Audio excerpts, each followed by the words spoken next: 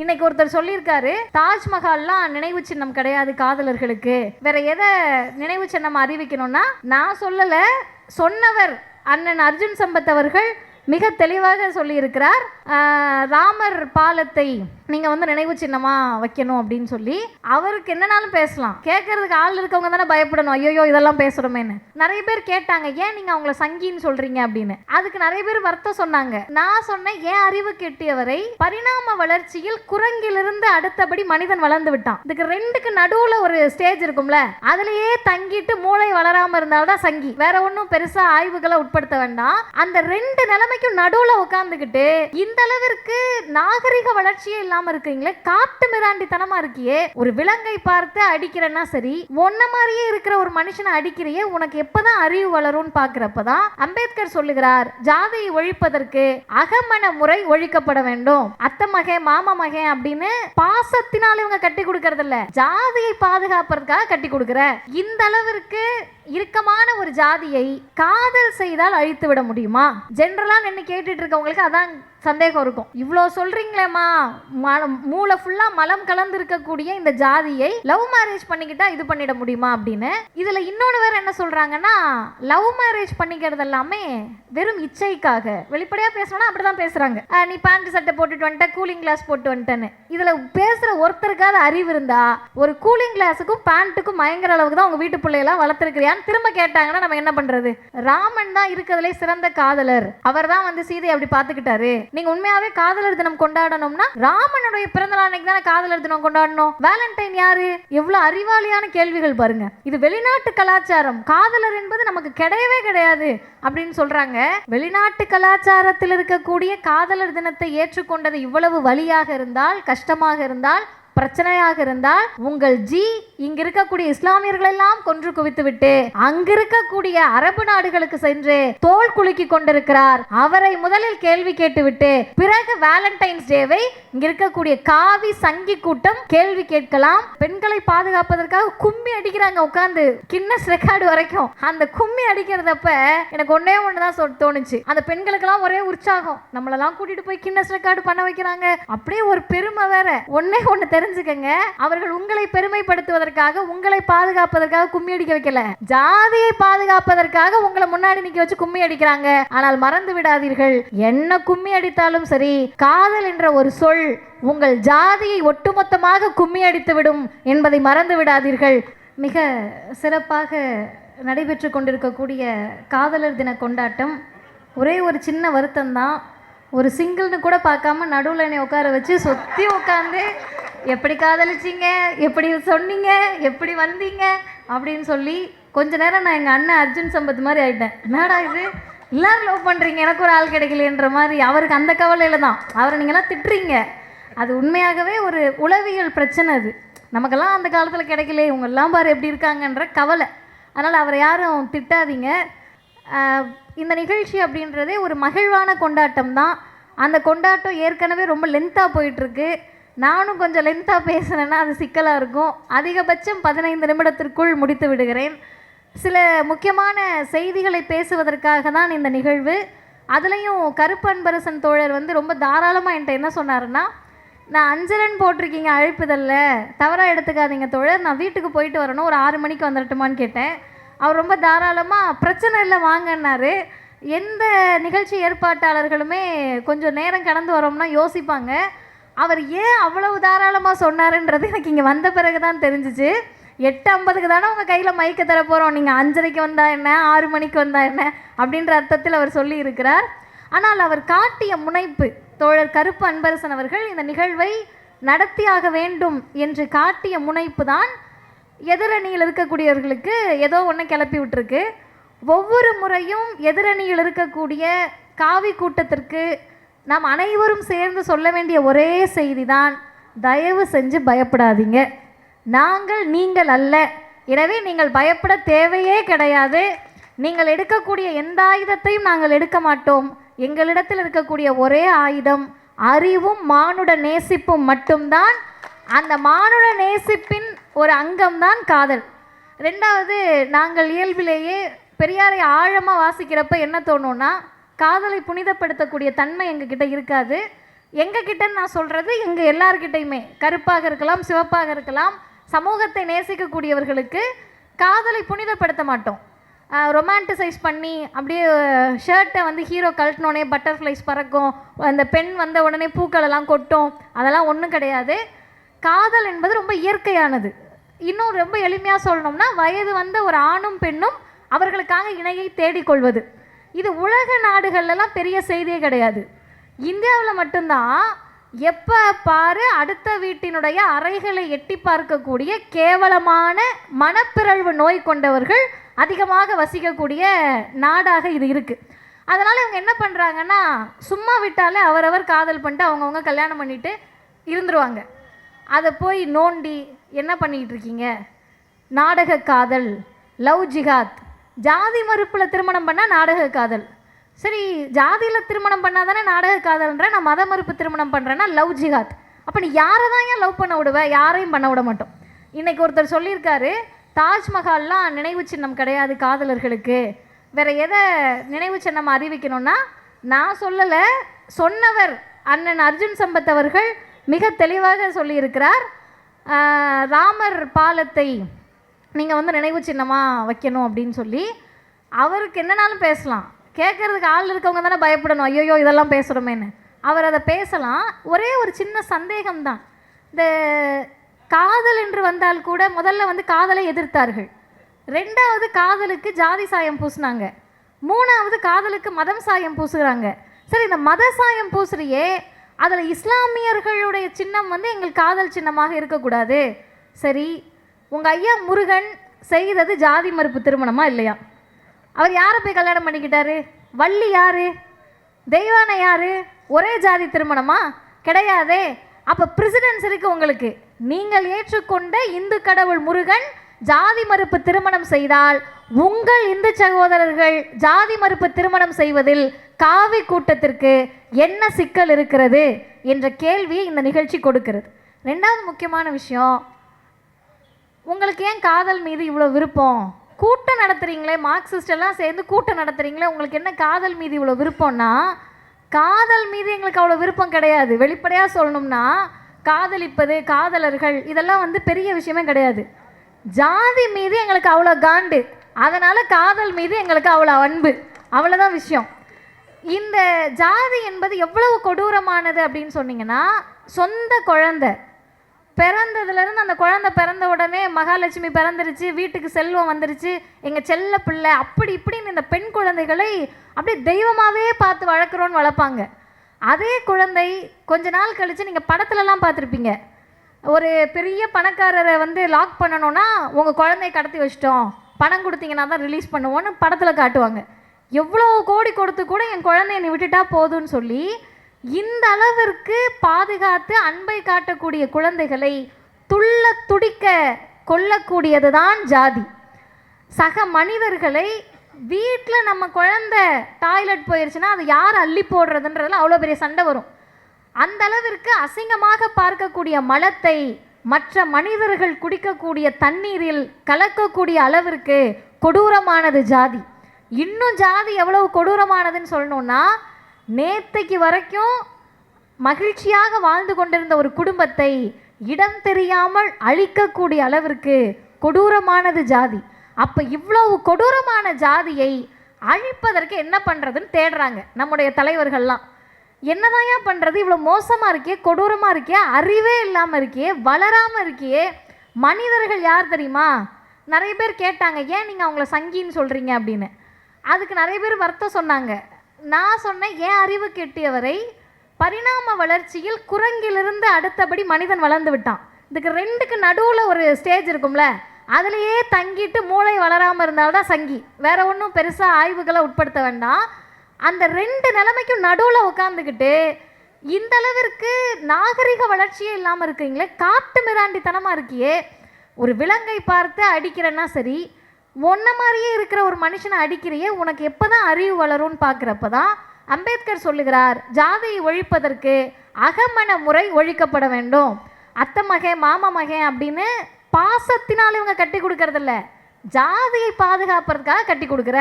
இந்த காது குத்தெல்லாம் நடத்துவாங்க குழந்தைகளுக்கு. காதல் ஜாதி மறுப்பு திருமணம் செய்த இளைஞர்களுக்கு, இவர்களெல்லாம் முற்போக்காளர்கள், பொதுவாக கேட்கக்கூடியவங்களுக்கு சொல்கிறேன், தயவு செய்து ஜாதி மறுப்பு திருமணம் செய்தவர்கள் குழந்தைகளுக்கு காது குத்து விழான்னு ஒன்று நடத்தாதீங்க. காது குத்தணும்னு ஆசைப்பட்டீங்கன்னா பியூட்டி பார்லரில் கொண்டு போய் உட்கார வச்சிங்கன்னா அழகாக குத்திட்டு வீட்டுக்கு வந்துடலாம். எங்கெல்லாம் குத்தணுமோ குத்திக்கலாம். இந்த சொந்தக்காரவங்களை கூப்பிட்டு மீண்டும் ஜாதியை அதிகரிக்கக்கூடிய, இறுக்கமடையக்கூடிய செயல்களை செய்யக்கூடாதுன்றதுனால தான் அம்பேத்கர் சொல்கிறாரு அகமண முறை ஒழிக்கப்பட வேண்டும். இதில் கொஞ்சம் அப்படியே போய் பார்த்தீங்கன்னா பெரியார் சொல்கிறாரு, வயது வந்த ஒரு ஆணும் பெண்ணும், அந்த பொம்பளை பிள்ளைக்கு அறிவை கொடு, படிப்பை கொடு, தனக்கு எந்த இணை தேவை என்பதை அந்த பெண் தான் தீர்மானிக்க வேண்டும், அவங்க விஷயத்தில் போய் நீ தலையிடாதன்றார். மார்க்ஸ் இன்னும் ஒருபடி மேலே போய் என்ன சொல்கிறாருன்னா, இந்த சமூகத்தில் அதிமுக்கிய தேவை இரண்டுக்கு இருக்குதென்றால் அது உழைப்புக்கும் காதலுக்கும் தான் இருக்கிறது. அப்போ இவங்க எல்லாரும் யாருன்னு கேட்டிங்கன்னா சமூகத்தை நேசித்தவர்கள். இன்றைக்கு பேசக்கூடிய காவி கூட்டங்கள்லாம் யாருன்னு கேட்டிங்கன்னா அவங்க சமூகத்தை நேசிக்கக்கூடியவர்கள். இது ரெண்டுக்கும் மிகப்பெரிய வித்தியாசம் இருக்கிறது. அப்போ இந்த ஒட்டுமொத்த சமூகத்தை நேசிக்கக்கூடியவர்கள் காதலை நேசிக்கக்கூடியவர்களாக இருப்பார்கள். இன்னும் ஒரு 3 செய்திகளை மட்டும் நான் சொல்லி நிறைவு செய்கிறேன். இந்த அளவிற்கு இறுக்கமான ஒரு ஜாதியை காதல் செய்தால் அழித்து விட முடியுமா? ஜென்ரலாக நின்று கேட்டுட்டு இருக்கவங்களுக்கு அதான் சந்தேகம் இருக்கும். இவ்வளோ சொல்கிறீங்களேம்மா, மூளை ஃபுல்லாக மலம் கலந்து இருக்கக்கூடிய இந்த ஜாதியை லவ் மேரேஜ் பண்ணிக்கிட்டால் இது பண்ணிட முடியுமா அப்படின்னு. இதில் இன்னொன்று வேறு என்ன சொல்கிறாங்கன்னா, லவ் மேரேஜ் பண்ணிக்கிறது எல்லாமே வெறும் இச்சைக்காக, வெளிப்படையாக பேசணும்னா அப்படி தான் பேசுகிறாங்க. நீ பேண்ட் சட்டை போட்டுட்டு வந்துட்ட, கூலிங் கிளாஸ் போட்டு வந்துட்டேன்னு. இதில் பேசுகிற ஒருத்தருக்காவது அறிவு இருந்தால் ஒரு கூலிங் கிளாஸுக்கும் பேண்ட்டுக்கும் பயங்கர அளவுக்கு தான் உங்கள் வீட்டு பிள்ளையெல்லாம் வளர்த்துருக்கிறியான்னு திரும்ப கேட்டாங்கன்னா நம்ம என்ன பண்ணுறது? அவங்க கேட்காம இருக்கிறதுனால தான் நம்ம இவ்வளோ வாய் பேசுகிறோம். அப்போ 3வது முதல்ல விஷயம் வந்துட்டு, இந்த ஜாதியை இவ்வளவு இறுக்கமாக வைத்திருப்பது காதலால் தளர்ந்து விடுமா? 2வது, இந்த காதல் திருமணங்களால் இச்சைக்காக தான் பயன்படுத்தப்படுகிறதா? இப்போ முதல் கேள்விக்கு என்ன பதில் அப்படின்னா, இவ்வளவு இறுக்கமான ஜாதியை காதலால் அழிக்க முடியுமா அப்படின்றதுக்கு 2 பேர் ஜாதி மறுப்பு திருமணம் பண்ணுறாங்க. பிறக்கக்கூடிய குழந்தை, எங்கள் அப்பா அம்மா ஜாதி மறுப்பு திருமணம், மத மறுப்பு திருமணம், ஜாதியை மறுத்து மதத்தை மறுத்து எங்கள் தந்தையும் தாயும் திருமணம் செய்ததால் தான் மதிவதனி என்ற மனிதர் பிறக்க முடிந்தது. இல்லை என்றால் நான் ஜாதியாக பிறந்திருப்பேன். ஜாதி மறுப்பு திருமணங்கள் தான் இங்கே மனிதர்களை பிறக்குவிக்கும். இங்கே மார்க்சியான்னு சொன்னாங்களே, மார்க்சியாவுக்கு ஜாதி கிடையாது, மார்க்சியாவுக்கு மதம் கிடையாது, மார்க்சியாவுக்கு இருப்பதெல்லாம் மனிதம் ஒன்றுதான் என்பதை ஜாதி மறுப்பு திருமணங்கள் தான் இந்த மண்ணில் உறுதி செய்ய முடியும். 2வது, நீங்கள்லாம் இச்சைக்காக திருமணம் பண்ணுறீங்க. இந்த அரேஞ்ச் மேரேஜ் பண்ணுறாங்கல்ல, எதுக்கு பண்ணுறாங்க? அவர் ஃபாரினில் இருப்பார், இந்த அம்மா வீட்டில் இருக்குமா? அவர் நார்த் இந்தியாவில் இருப்பார், இவங்க சதர்ன் இந்தியாவில் இங்கே இருந்துப்பாங்களா? ஒரே வீட்டில் வச்சுக்க மாட்டிங்களா? அரேஞ்ச் மேரேஜ் பண்ணியாச்சு, புனிதம் கெட்டு போய்டும், 2 பேரை வேறு வேறு வீட்டில் வச்சுருப்போமா? கொஞ்சமாவது லாஜிக் வேணாமா? அப்போ இங்கே திருமணங்கள் செய்யப்படுவது என்பது அது அவங்களுடைய ஐயா சொன்ன மாதிரி அவர்களுடைய இன விரக்திக்காக இருக்கலாம், எதுக்காகவோ இருக்கலாமே. 2 பேர் திருமணம் செய்து கொள்வது, 3 மாதத்துக்கு முன்னாடி ஒருத்தரை பார்த்து இவர்தான் என்னுடைய வாழ்க்கைன்னு திருமணம் செய்து கொள்வதற்கு உங்களால் தயாரிக்கப்பட்ட பெண் தயாராவது என்பது சுலபமான காரியம். அதை யாருனாலும் செய்யலாம். ஆனால் இவர் எனக்கு சரியாக இருப்பாரா இல்லையா என்பதை பழகி பார்த்து இதுதான் எனக்கு சரியானது என்பதை தேர்ந்தெடுப்பதற்கு மிகப்பெரிய துணிச்சல் வேண்டும். அந்த துணிச்சலோடு தான் இவர்கள் எல்லாம் திருமணம் செய்து வாழ்ந்து காட்டி கொண்டிருக்கிறார்கள். இன்னும் முக்கியமான விஷயம் என்னென்னா, தோல்வி அடைந்தவர்களை பற்றியே பேசி பேசி பேசி இந்த நிகழ்ச்சி இறுக்கமடைந்து இருந்தபோது மிக தெளிவாக தோழர் சைதை ஜே அவர்கள், தோல்வி பெற்றவர்கள் எல்லாம் காதலால் தோற்கப்படவில்லை, பெற்றோர்களால் தோற்கடிக்கப்பட்டிருக்கிறார்கள், ஜாதியால் தோற்கடிக்கப்பட்டிருக்கிறார்கள், மதத்தின் பெயரால் தோற்கடிக்கப்பட்டிருக்கிறார்கள். வெற்றி பெற்றவர்கள் எல்லாம் காதலால் வெற்றி பெற்றிருக்கிறார்கள். அவர்களை உங்களுக்கு அடையாளப்படுத்துகிறோம் என்று அடையாளப்படுத்தி இருக்கிறார்கள். இந்த தமிழ் மீது பற்றுக்கொண்டு, தமிழ் தேசியத்தின் மீது பற்றுக்கொண்டு இருக்கக்கூடியவர்கள்லாம் ஆணவ படுகொலைக்கு நிறைய டேர்ம்ஸ் யூஸ் பண்ணுறாங்க. அது குடிப்பெருமை கொலை அப்படின்னு. அது எந்த குடின்னு நமக்கு தெரியல. அந்த குடிப்பெருமை கொலைனால தான் நடக்குது அப்படின்னு சொல்கிறாங்க. அப்படி பேசக்கூடியவர்கள், இந்த வார்த்தையை காயின் பண்ணுறவங்க எல்லாமே ஒரு விஷயத்தை ஞாபகம் வச்சுக்கணும். இங்கே நடக்கக்கூடிய படுகொலைகள், ஆணவ படுகொலைகள், அது ஜாதியின் பெயரால் நடந்திருக்கு, மதத்தின் பெயரால் நடந்திருக்கு, பொருளாதாரத்தின் பெயரால் நடந்திருக்கு. ஒரே ஜாதி 2 பேரும் தஞ்சாவூரில், அந்த பொண்ணு நர்ஸாக இருக்காங்க, இந்த பையன் ஏதோ வேலை பார்க்குறாரு. 2 பேரும் ஒரே ஜாதி தானே விட்டுருவாங்கன்னு பார்த்தா இல்லை, அவர் என்னை விட பொருளாதாரத்தில் கீழானவர்னு அந்த பொண்ணு வீட்டில் போய் அந்த பையனை கொலை பண்ணுறாங்க. அப்போ இது எல்லாத்தையும் வச்சு நீங்கள் யோசிச்சிங்கன்னா ஒன்றே ஒன்று தான், எங்களை எல்லாம் பெண்களை எல்லாம் இங்கே இருக்கக்கூடிய ஜாதிய சமூகம் சதையாக தான் பார்க்கிறது, ஜாதியை கடத்தக்கூடிய இயந்திரமாக பார்க்குது. மதிவதனியா இந்த ஜாதியில் எத்தனை குழந்தையை பெற்று கொடுக்க முடியும்? இங்கே இருக்கக்கூடிய தோழர்களா, இவர்களால் எத்தனை ஜாதி குழந்தைகளை உருவாக்க முடியும்? எங்களுடைய உடல் என்பதை உங்கள் ஜாதியை கடத்தக்கூடிய இயந்திரமாக பார்க்கக்கூடிய உரிமையை உங்களுக்கு யார் கொடுத்தது என்பதை தான் ஒவ்வொரு காதலர் தினமும் நமக்கு நினைவூட்டி கொண்டே இருக்கிறது. அப்போ தமிழர்களை பற்றி பேசுகிற போது, தமிழர் வாழ்வை பற்றி பேசுகிற போது பெண்ணை உடலாக பார்த்த பாடல்கள் இருக்கலாம். ஆனால் இந்த தமிழ் சமூகத்தில் பெண்கள் காதலை கொண்டாடினார்கள்.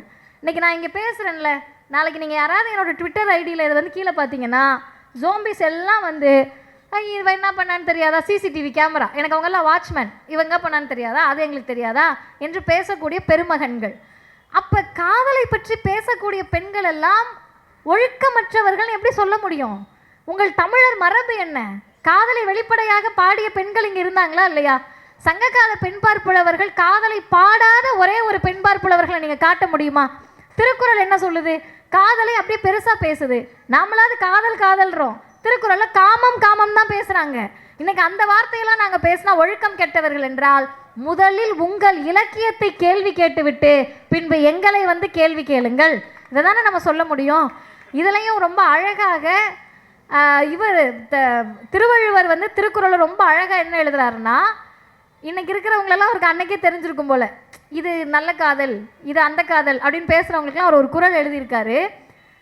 நெய்யால் எரி நுதிப்போம் என்றால் கவ்வையால் காமம் நுதுப்பேம் எனல். இது என்ன அர்த்தம்னு கேட்டிங்கன்னா, 2 காதல் ஜோடி ரோட்டில் நடந்து போயிட்டு இருக்காங்க. அப்போ 3ஆம் அவர்கள்லாம் பார்த்து, பார்த்தியா அவங்க அப்படி பண்ணுறாங்க இப்படி பண்ணுறாங்க நீங்கள்லாம் பேசிக்கிட்டே இருந்தீங்கன்னா, நீங்கள் பேசுவதால் எங்கள் காதல் அணைந்து விடும் என்று நினைக்கிறீர்கள். நீங்கள் பேசுவது என்பது எரியக்கூடிய நெருப்பில் நெய்யை ஊற்றுவது போன்றது, அது அதிகமாகத்தான் வளரும். நீங்கள் இதுக்கு என்ன அசிங்கமாக பேர் வச்சிங்கனாலும் காதலுக்கு இருக்கக்கூடிய ஒரே பெயர் காதல் மட்டும்தான், அன்பு மட்டும்தான், மனிதம் மட்டும்தான். அது வளர்ந்து கொண்டே இருக்கும். நீங்கள் பெண்களை உடலாக பார்க்கின்றவரை, சதையாக பார்க்கின்றவரை, உங்கள் ஜாதியை கடத்தக்கூடிய இயந்திரமாக பார்க்கின்றவரை காதல் அப்படின்றது உங்களுக்கு அசிங்கமான சொல்லாக தான் இருக்கும். அதில் புனிதமும் இல்லை, தீட்டும் இல்லை. அதை தான் சொல்கிறோம். அதை ரொம்ப ரொமான்டிசைஸும் பண்ண வேண்டாம், அதை அசிங்கமாகவும் பார்க்க வேண்டாம். ரொம்ப இயற்கையானது, இயல்பானது. ஆனால் நாங்கள் அதை எதற்கான ஆயுதமாக பயன்படுத்துகிறோம் என்று சொன்னால், நாங்கள் ஜாதியின் எதிரி, நாங்கள் மதவாதத்தின் எதிரி, நாங்கள் பெண்ணடிமைத்தனத்தின் எதிரி. எனவே நாங்கள் காதலின் தோழர்கள். அதனால் காதலை கொண்டாடுகிறோம். கொண்டாட முடியாதவர்கள் வயிற்றெரிச்சல்ல என்னென்னமோ பேசிக்கிட்டு இருக்கீங்க. ஒன்றை மறந்து விடாதீர்கள், நீங்கள் சொல்லக்கூடிய எதுவாக இருக்கட்டும், புராணமாக இருக்கட்டும், அவரே சொன்னதையே நான் சொல்லிடுறேனே, எதுக்கு இவ்வளோ பீடிகை போட்டு பேசிக்கிட்டு. ராமன் தான் இருக்கிறதுலே சிறந்த காதலர். அவர் தான் வந்து சீதையை அப்படி பார்த்துக்கிட்டாரு. நீங்கள் உண்மையாகவே காதலர் தினம் கொண்டாடணும்னா ராமனுடைய பிறந்தநாள் அன்னைக்கு தானே காதலர் தினம் கொண்டாடணும். வேலண்டைன் யாரு? எவ்வளோ அறிவாளியான கேள்விகள் பாருங்க. இது வெளிநாட்டு கலாச்சாரம். காதலர் என்பது நமக்கு கிடையவே கிடையாது அப்படின்னு சொல்கிறாங்க. வெளிநாட்டு கலாச்சாரத்தில் இருக்கக்கூடிய காதலர் தினத்தை ஏற்றுக்கொண்டது இவ்வளவு வலியாக இருந்தால், கஷ்டமாக இருந்தால், பிரச்சனையாக இருந்தால், உங்கள் இங்கே இருக்கக்கூடிய இஸ்லாமியர்களெல்லாம் கொன்று குவித்து விட்டு அங்கே இருக்கக்கூடிய அரபு நாடுகளுக்கு சென்று தோல் குலுக்கி கொண்டிருக்கிறார். அவரை முதலில் கேள்வி கேட்டுவிட்டு பிறகு வேலண்டைன்ஸ் டேவை இங்கே இருக்கக்கூடிய காவி சங்கி கூட்டம் கேள்வி கேட்கலாம். இறுதியாக ஒன்று, காவல்துறை அதிகாரிகள் இந்த நிகழ்ச்சிக்கு ஒத்துழைப்பு கொடுக்கல, ஒப்புதல் கொடுக்கறதுல பிரச்சனை இருந்துச்சுன்னு சொல்கிறாங்க. இந்த இடத்தில் இதை பதிவு செய்தால்தான் சரியானதாக இருக்கும். ஐஸ்வர்யா என்ற மரணிக்கப்பட்ட, தற்கொலைக்கு தூண்டப்பட்டலாம் கிடையாது, படுகொலை செய்யப்பட்ட ஐஸ்வர்யாவை பற்றி சொன்னாங்க. காவல்துறையுடைய வேலை என்னன்றது அவங்களுக்கு இன்ஸ்ட்ரக்ஷன் கொடுக்காம இருந்திருப்பாங்கன்னு நான் நினைக்கிறேன். 18 வயசு முடிஞ்சு 21 வயசு முடிஞ்சு ஒரு பொண்ணும் ஒரு பையனும் உங்ககிட்ட வந்து சரண்டரானா அவங்கள அப்பா அம்மா கூட அனுப்பி வைக்கிறது காவல்துறையுடைய வேலை கிடையாது, அது இன்ஸ்ட்ரக்ஷனும் கிடையாது. இருவரும் பருவம் எய்தியவுடன் மேஜர் ஆயிட்டாங்கன்னு சொன்னால் அவர்கள் விரும்பிய வாழ்க்கையை வாழ்வதற்கு அவர்களுக்கு உரிமை இருக்கிறது. அதில் தலையிடுவதற்கு யாருக்குமே உரிமை கிடையாது. பெரியாருடைய மொழியில் சொல்ல வேண்டுமென்றால், ஒரு ஆணும் பெண்ணும் விரும்பிய பிறகு மூன்றாம் அவர்கள், அது ஆணோ பெண்ணோ மூன்றாம் அவர்கள் யாராக இருந்தாலும் அதில் தலையிடுவதற்கோ அதை காதலா என்று நிர்ணயிப்பதற்கோ நிர்பந்தப்படுத்துவதற்கோ எந்த உரிமையும் கிடையாது. பெற்றவங்க என்ன பண்ணுறது? நான் தானே வளர்த்தேன், நான் தானே படிக்க வச்சேன், எவ்வளோ காசு செலவு பண்ண தெரியுமா? அவ்வளோ காசு செலவு பண்ணி அவ்வளோ படிக்க வச்சு எல்லாம் பண்ணிங்களே, அந்த பிள்ளைக்கு பிடிச்சவங்க கூட வாழ வைக்கணும்னு என்னைக்காவது நினச்சிருக்கீங்களா? இதில் எமோஷ்னல் பிளாக்மெயில், அப்பா அம்மா செத்துருவாங்க அப்படின்னு சொல்லிட்டு, இது எல்லாமே கேட்குறவங்களுக்கு கொஞ்சம் ஹார்ஷாக இருக்கும். என்ன இந்த பொண்ணு இப்படி சொல்லுது? பெற்றவங்களுக்கு அக்கறை இருக்காதா? பெற்றவங்களுக்கு எதில் அக்கறை இருக்கணும்? பையன் நல்லா படிச்சிருக்கானான்னு கேட்கணும், பையன் வேலைக்கு போகிறானான்னு கேட்கணும், பையன் உன்னை நல்லா வச்சுப்பானான்னு கேட்கணும், பையன் நல்ல ஒழுக்கமானவனான்னு கேட்கணும்.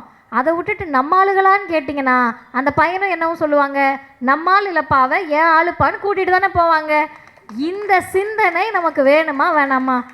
இதை வேற இந்த காதலை பெண்களை பாதுகாப்பதற்காக கும்மி அடிக்கிறாங்க உட்காந்து, கின்னஸ் ரெக்கார்டு வரைக்கும். அந்த கும்மி அடிக்கிறதப்ப எனக்கு ஒன்றே ஒன்று தான் தோணுச்சு, அந்த பெண்களுக்கெல்லாம் ஒரே உற்சாகம், நம்மளெல்லாம் கூட்டிகிட்டு போய் கின்னஸ் ரெக்கார்டு பண்ண வைக்கிறாங்க, அப்படியே ஒரு பெருமை வேற. ஒன்று தெரிஞ்சுக்கங்க, அவர்கள் உங்களை பெருமைப்படுத்துவதற்காக உங்களை பாதுகாப்பதற்காக கும்மி அடிக்க வைக்கல, ஜாதியை பாதுகாப்பதற்காக உங்களை முன்னாடி நிற்க வச்சு கும்மி அடிக்கிறாங்க. ஆனால் மறந்து விடாதீர்கள், என்ன கும்மி அடித்தாலும் சரி, காதல் என்ற ஒரு சொல் உங்கள் ஜாதியை ஒட்டுமொத்தமாக கும்மி அடித்து விடும் என்பதை மறந்து விடாதீர்கள். வாய்ப்புக்கு நன்றி. ஆதலினால் காதல் செய்வீர், ஜாதியை ஒழிக்க காதல் செய்வீர், மதவெறியை மாய்க்க காதல் செய்வீர், பெண்ணடிமைத்தனத்தை ஒழிக்க காதல் செய்வீர். வாய்ப்புக்கு நன்றி. வணக்கம்.